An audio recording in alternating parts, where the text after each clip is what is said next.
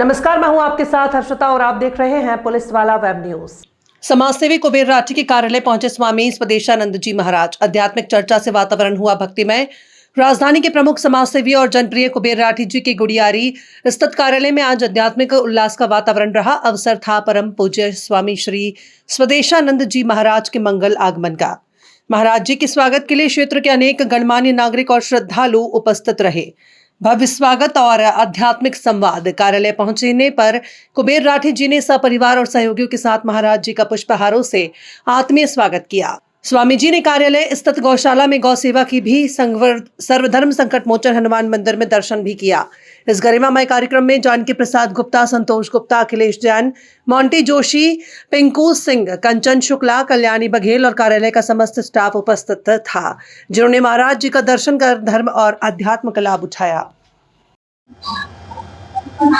स्वामी जी, मेरा प्रणाम है आपको और मैं आपसे जानना चाहूंगा पहले आपके संगठन के विषय में, आपके संगठन के बारे में और रायपुर में आके यहाँ कुबेर राठी जी के कार्यालय में आके आपको कैसा लगा, इस बारे में आपसे चर्चा करेंगे। कृपया जानकारी। देखिए, सबसे पहले तो मैं यहाँ सारे चैनल वालों को बहुत बहुत बधाई दूंगा और हमारा जो संगठन है वो अंतर्राष्ट्रीय संत बौद्धिक मंच, उनके अनुसांगिक संगठन है जैसे महाबली सेना, आदि शक्ति सेना, क्रांतिवीर सेना, अन्नदाता व पर्यावरण विकास मंच, ऐसे हमने अंतर्राष्ट्रीय संत बौद्धिक मंच को 5 अनुसांगिक संगठनों में हमने बांटा है और इस संगठन के 11 करोड़ सदस्य भारत के सभी प्रांतों में, नेपाल में, भूटान में, इंडोनेशिया में, अमेरिका में, दुबई में, बांग्लादेश में, ये सारे देशों में ये संगठन हमारा काम कर रहा है।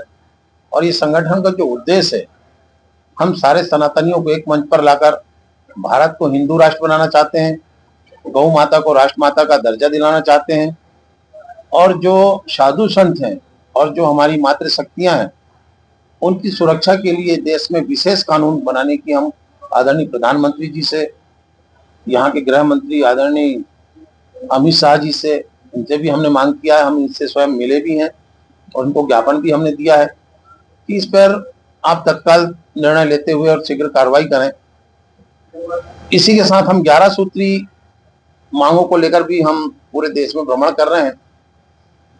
जैसा कि विगत कई वर्षों से कांग्रेस के कार्यकाल के समय से ही मंदिरों से जो टैक्स वसूल किया जाता है, उस टैक्स को सनातन बच्चों की शिक्षा पे खर्च नहीं किया जा रहा है, वो मदरसा पे खर्च किया जाता है, चर्च पे खर्च किया जाता है। जो मंदिरों में जो पैसा आ रहा है वो सारे सनातनियों का पैसा रहता है, सारे हिंदू भाइयों का पैसा रहता है। तो हमने मांग भी किया कि जो हमारे साधु संत हैं उनको प्रति माह 25,000 रुपए मानदेय के रूप में दिया जाए और जो हमारे साधु संत हैं और जो सनातनी हैं जो मंदिरों में पूजा पाठ करते हैं, ऐसे हमारे जो पुजारी हैं उनको यात्रा, तीर्थ यात्रा में आने जाने के लिए फ्री यात्रा पास दिया जाए। ऐसे 11 सूत्री मांगों को लेकर हम पूरे देश में भ्रमण कर रहे हैं। और यदि जैसा आपको मालूम है कि आज जो हमारे देश में 2 संत हैं संसद में, हम कम से कम 200 संतों को संसद तक पहुंचाना चाहते हैं। 29 में हमारे 200 संत जाएंगे संसद में और हम देश की संसद को संत संसद की स्थापना हम करेंगे। और जब देश में संत संसद की स्थापना होगी तो हमारा जो भारत है वो फिर से अखंड भारत कहलाएगा। चूंकि हम नेपाल को भी हिंदू राष्ट्र की मांग कर रहे हैं और हम गौ माता को राष्ट्रमाता का दर्जा दिलाने की मांग कर रहे हैं। मैंने इसके पहले भी कहा था इसी छत्तीसगढ़ की भूमि में कि 2026 में नेपाल हिंदू राष्ट्र बन जाएगा और 2027 में आदरणीय मोदी जी के कार्यकाल, मोदी जी के रहते हुए ही हमारा जो भारत है ये हिंदू राष्ट्र बन जाएगा और यहाँ गौ माता को राष्ट्रमाता का दर्जा दे दिया जाएगा। हमारे संगठन का मेन उद्देश्य है कि हम पूरे देश और विदेश में घूमकर 25 करोड़ सदस्य बनाने का हमारा लक्ष्य है। अभी हमारे 11 करोड़ सदस्य काम कर रहे हैं।